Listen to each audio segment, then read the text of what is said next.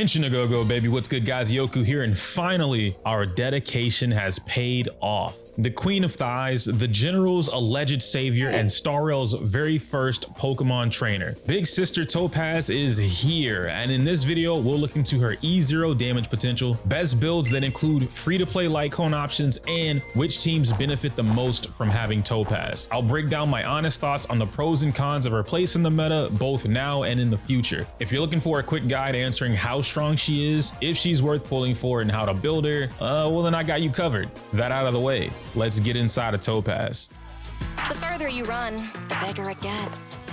So give up the chase. First, I want to take some time to break down Topaz's abilities and damage potential. Up front, I've been using her with the new signature Lycone Worrisome Blissful, along with 2-piece Musketeer, 2-piece Firesmith Relic set. I know a lot of you aren't pulling for this, so Swordplay can work as the next best option instead, but I'll go over the other sets that work well later in the video. For reference, my Topaz's E0 has all of her traces unlocked with all level 9s except the ultimate. I kinda accidentally made that level 10, but she does have a max basic attack. Normally this probably wouldn't happen, but the basic attack is used more than often enough to consider investing into it. Topaz's bread and butter is being a Pokemon trainer. I mean, literally, she summons Numby to attack like Ash orders Pikachu to use Thunderbolt. Just like Pikachu, Numby comes with her own stats and traits in the game. Thanks to Topaz's talent, Numby is immediately summoned at the start of battle with a base speed of 80 by default. Keep in mind that anytime an ally uses a follow-up attack on Numby's chosen victim, her action is advanced forward by 50%. How you do that exactly is by slapping their signature ability Proof of Debt onto the enemy. Think of this like their hidden ability. On average, she'll do about 10k from basic attacks and 12k damage per spin ball in personal damage, totaling out to about 22,000 damage, which is kinda but being able to capitalize on free damage from follow-up attacks will make a lot more sense later on in this guide. Something fun to do is spin ball in the spin ball for a number of reasons. Double the damage, double the energy in Bonanza state, and it's also a great way to manually switch the Proof of Debt onto the enemy you want. Since there are a number of Harmony characters that can be used in the game, I wanted to test all of them in some basic form of how they influence Numby's spin ball. For my own personal experience and comparing this to the damage calcs that I've done in the sheets, on average, each of them were fairly close to one another. But if you have a permanent uptime on Asta, she kind of took the cake. Adding Bonanza state into the equation, which is basically Topaz forcing Numby to use a Z move for 150% more damage, and her bonus ability called Financial Turmoil, that's when you start seeing her numbers jump from 30k to some ridiculous 100,000 plus number. I'm sure this could get a lot higher, but considering the fact that Numby can attack about 4 times per cycle, I think her damage is fine. Taking all of that information into consideration, if you have a properly built Topaz and you're using her with a well-structured team and her signature Lycone in play, my total damage for just her alone was somewhere around 420,000 within a 6 to 7 turn cycle. Without her signature Lycone and using something like Swordplay or cruising in the Stellar Sea, that number drastically dropped for me, going from 400,000 to even 380,000. All of that assuming that I permanently had stacks up, I was meeting certain conditions for these Lycones, for instance like not changing targets with Swordplay. This is a great time to mention that you don't need to worry about forcing a character with follow-up attacks on your team in the event you don't have one, thanks to her first bonus ability, Overdraft. It turns her basic attack into a follow-up attack, at least based on the game standards. And that, coupled with her skill counting as a follow-up attack as well, means everything she does is a follow-up attack. Something really cool about that basic though, I will explain with Kafka in particular, and I think it only works with Kafka. However, none of that matters if your gear is trash. Let's go over what helps your Topaz stand out from the rest. The further you run, the bigger it gets. So give up the chase. Right off the bat, a 2-piece Firesmith and 2-piece Musketeer will be your best set for now. The 10-piece extra fire damage along with the 12% raw attack increase will help increase Numby's damage output without needing to farm a full set. A 4-piece Musketeer could work the best after that, especially for those who did some efficient farming in the path of drifting. Musketeer's full set bonus could also help you if you're failing to reach a particular speed threshold like 135 or higher. And while I know a lot of us might have assumed the 4-piece Firesmith set would be her best in slot, it's kinda useless. The 4-piece bonus increases the skill damage by 12%, which would be awesome if Topaz's skill counted as an actual skill.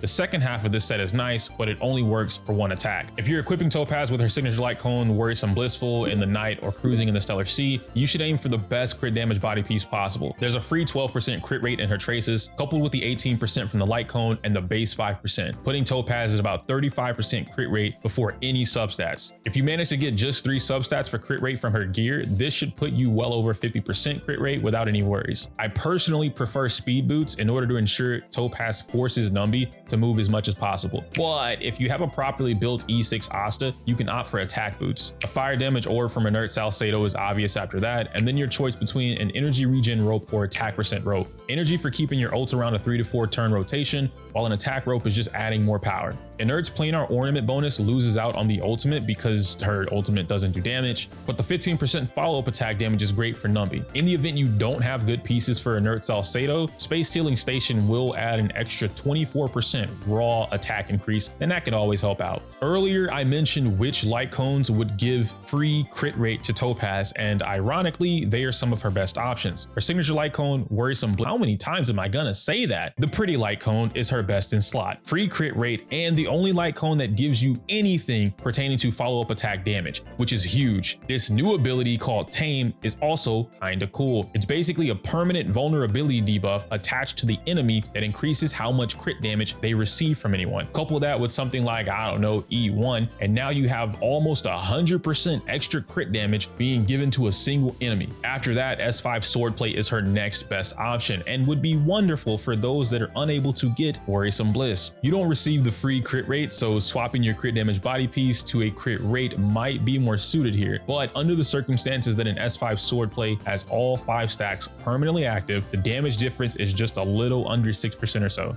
The last option I'd recommend would be an S5 cruising in the Stellar Sea. This is, of course, everyone's ultimate free-to-play option, but gives a smaller amount of crit rate than the signature light cone, even with the conditions being met. So now that we've gone over her gear, we've broken down her kit, I think it's time we actually talk about which teams Topaz functions in and how she does it the best. The further you run, the bigger it gets. So give up the chase.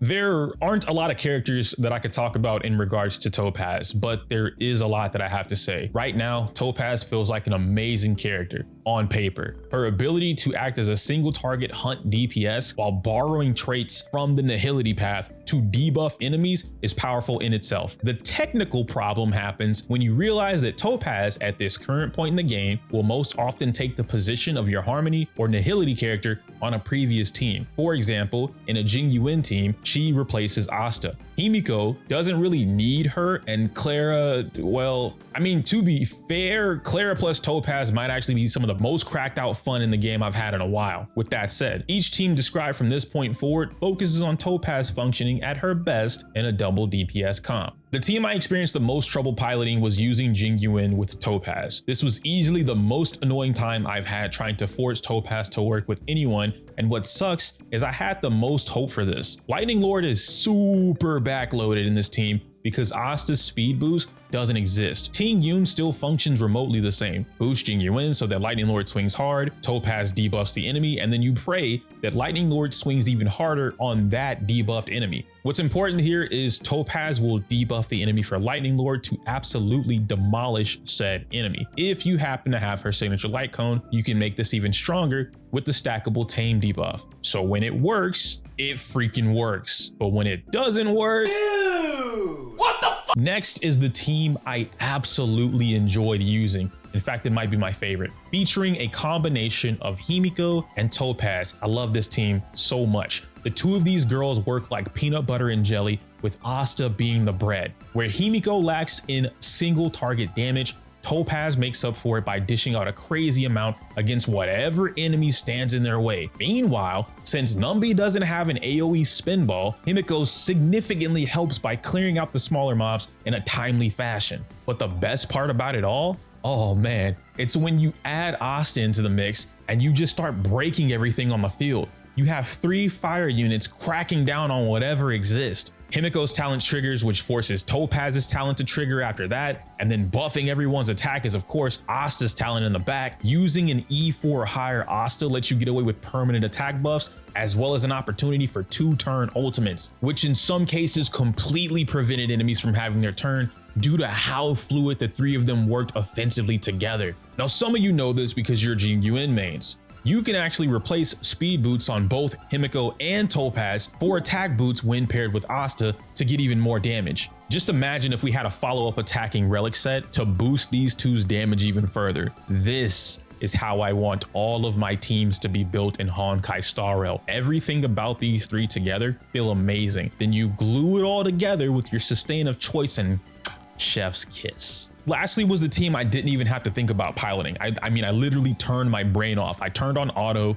and whatever was on the screen just died. Topaz and Numby go burr with as much speed as possible while also holding the high crit rate she wants. Jing Yuan buffs whoever she wants to be the main DPS, and then Clara summons Iron Man like 4 or 5 times per turn because of how Spherog's counter works, and everything goes boom. This team felt like the best way to get more than 2 guaranteed spin balls per cycle. Using Clara's ultimate made this even better because it didn't matter who had the proof of dead. Everyone gets blasted with a repulsor blast and then Numby spins to win. GG's go next. Now, it's a bonus team and something that I had zero faith in, but a lot of you kept asking me about how I felt regarding Topaz and Kafka because of the way her own follow-up attack works. So I tried it. Needless to say, it's not bad. In fact, it might actually be my second favorite team using Topaz. She replaces your Jing Yuan or Paler on this team because she acts as a debuffer thanks to Numby. She also covers up Kafka's weakness of having low single target damage, helping break down boss enemies together. You still want the DOT enabler and you want to follow standard DOT comp rules. Whatever the enemy is weak to, bring that element. Since we're in fire season, I brought Knife in. Fire Kiss plus Numby's debuffs plus Kafka detonation equals dead. So yeah, Topaz actually works wonders with Kafka. The further you run, the bigger it gets. So give up the chase. Per usual, it's about that time I tell you that if you've got the money to spend on Topaz Eidolons, that money should be spent on me instead, so that I can get Topaz Eidolons. But just to convince you why I need them more than you do, I'll tell you about them. If after listening to everything in this guide, you still don't feel like Topaz does enough single target damage, then E1 is for you. Adding a debuff called the Deader State to any enemy, it'll apply a vulnerability that increases the crit damage they receive from follow-up attacks up to 50%. So you basically add 50% crit damage to what you already have, then tell Numby to use Flare Blitz and the enemy dies. E2 does its best to fix Topaz's energy issues by giving back 5 energy each time Numby attacks. It's okay, but I'd honestly stop at E1 unless you're a whale. If you are a whale, E4 is really nasty. Every time Numby goes, Topaz moves forward 20%. It might not seem like much, but if Numby goes twice, which she will, then Topaz gets a free turn. And since everything Topaz does counts as a follow-up attack, well, guess who gets their turn back? Last up is E6, and this seems to be a common trend amongst strong hunt characters. If you've made it this far in her Eidolons, you now have access to fire resistance penetration. But more importantly is that Numby's bonanza state increases from 2 to 3. Don't do this. Not because it's not worth it, but because I want this and you don't need it. I do. So hit the super chat button and give me money. That's it. If you enjoyed this video, feel free to subscribe and hit the like button. Topaz is a character that took me a good bit of time to properly understand, but once I did, my opinion about her vastly changed. A character that I knew was strong but didn't quite meet the means to immediate damage that I really wanted. Given the current roster in the game, she brings out a lot more value in follow-up attack characters like Himiko or Clara. She might not look broken now, but sometime in the near future, you should absolutely expect to see Topaz-centric teams at the top. Now, I can't say my user outro because it's inappropriate for YouTube, but if you want to see more content regarding Topaz or the new Nihility character Gwenithan, open this video that just popped up on your screen. Smell you later.